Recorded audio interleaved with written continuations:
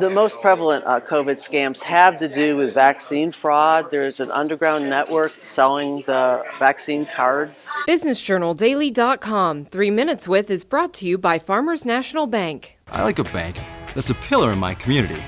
I like a bank so cutting edge, they have a lab branch. We are so alike. Well, we do both bank at Farmers National Bank. Farmers. Stand strong.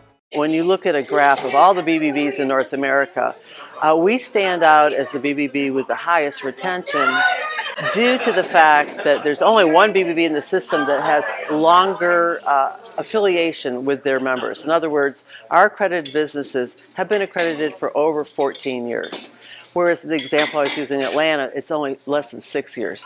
So what that shows is that long-standing commitment yields a very high retention because these are businesses in the community that understand the value of operating with ethics and integrity.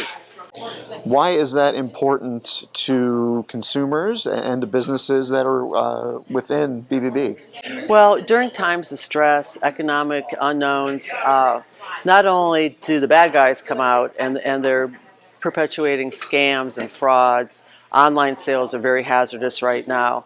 But at the same time, potential employees are looking at businesses and say, do I trust them? So the consumers and potential businesses are looking at trust as a way to measure the value of a business, a product.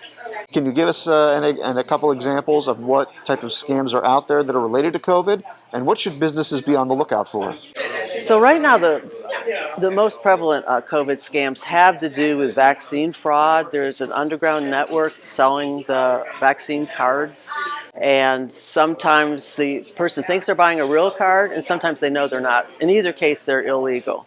And then it's the typical, it's the masks, miracle cures.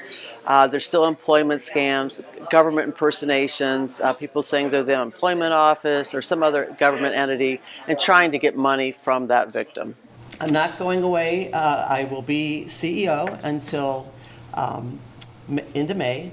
Melissa will become president on January 1st. For those of you that aren't on our board, this was voted on at our October board meeting. It was unanimous. In the years that you've worked with Melissa, what has struck you most about her and her leadership skills? I quickly realized the talent of Melissa Ames, and I thought, I'm going to promote her to Vice President of Business Service and start working with her, and I have for the last 6 years, mentoring her in things that she really hadn't had in her wheelhouse, the financials, the budgeting, sales. So we worked together on that the last 6 years, and my experience now is her experience, and she's going to do a great job.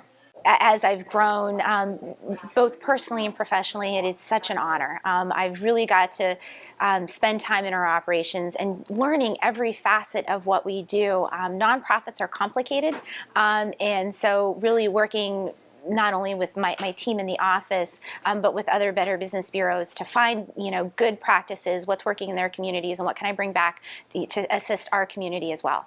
What are some of your goals? What's the thing you really want to attack in 2022? Well, we have, at the Better Business Bureau, we have two audiences. We have the consumer audience, people who are turning to the BBB to find those trusted businesses, and then we have our accredited businesses and the business community. And so really, we want to make sure that we are accessible to our consumer community, so make it easier for them to find those trusted businesses that they are looking for. And we also want to help our accredited businesses.